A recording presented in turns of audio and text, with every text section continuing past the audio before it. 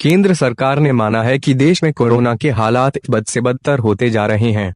केंद्रीय स्वास्थ्य मंत्रालय ने मंगलवार को कहा कि पिछले कुछ हफ्तों में हालात खराब ही होते गए हैं और यह बड़ी चिंता की बात है।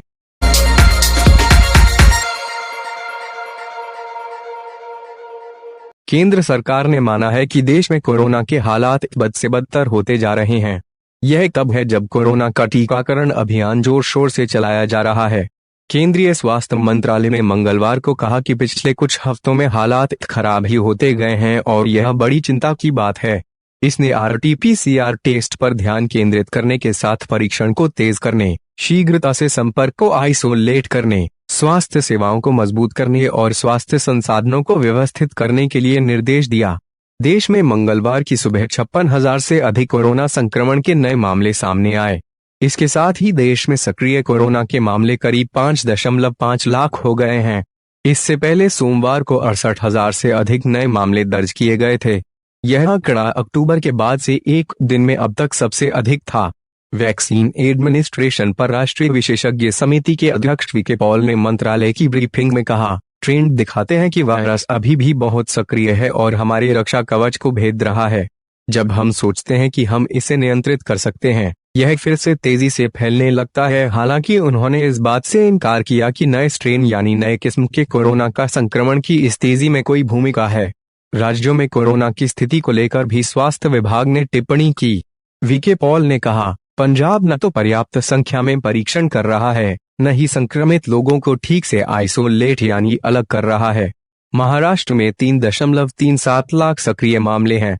फरवरी में 32 मौत से बढ़कर अब 118 हो गई है। कर्नाटक में परीक्षण और आइसोलेशन में सुधार की जरूरत है। स्वास्थ्य मंत्रालय ने यह भी कहा है कि वायरस के विदेशी वेरिएंट की उपस्थिति कम है। 10 राष्ट्रीय प्रयोगशालाओं में 11,064 जीनोम सीक्वेंसिंग के नमूनों में से वैज्ञानिकों ने यूके वेरिएंट के 807 मामले, दक्षिण अफ्रीका के 47 प्रकार और ब्राजील के एक वेरिएंट का पता लगाया है। कोरोना के बढ़ते मामलों के बीच टीकाकरण पर जोर दिया गया है।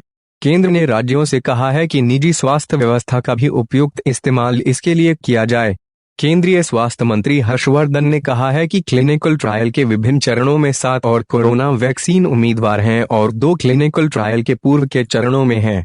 मौजूदा समय में भारत में 2 टीके एस्ट्राजेनेका ऑक्सफोर्ड विश्वविद्यालय की कोविशील्ड और भारत बायोटेक की कोवैक्सीन को आपात इस्तेमाल की मंजूरी मिली है। सरकार ने कहा है कि ये दोनों वैक्सीन यूके और ब्राजीलियन स्ट्रेन के खिलाफ कारगर हैं और दक्षिण अफ्रीकी स्ट्रेन को लेकर काम चल रहा है। बता दें कि स्वास्थ्य विभाग ने 5 दिन पहले ही कहा था कि देश में एक नई किस्म का कोरोना पाया गया है, डबल म्यूटेंट। तब कहा गया था कि इससे संक्रमित लोग देश के 18 राज्यों में पाए गए हैं। भारत में जो डबल म्यूटेंट मिला है वह 2 अलग अलग म्यूटेंट का गठजोड़ है। इसमें से एक म्यूटेंट का नाम E484Q नाम दिया गया है और दूसरे का L452R नाम दिया गया है। इन दोनों म्यूटेंट जब अलग अलग होते हैं तो इनकी पहचान ज्यादा तेजी से फैलने वाले के तौर पर की गई है और ये कुछ हद तक टीकाकरण या कोरोना ठीक होने से बनी एंटीबॉडी को मात भी दे देते हैं।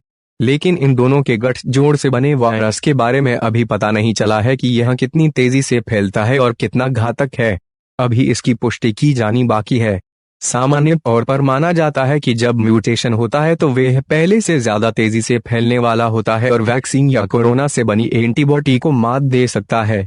इसका मतलब है कि यदि इस तरह का मामला हुआ तो पहले से संक्रमित व्यक्ति भी फिर से कोरोना संक्रमण का शिकार हो सकते हैं। इस तरह इसका एक डर यह है कि हर्ड इम्यूनिटी बेअसर साबित हो सकती है।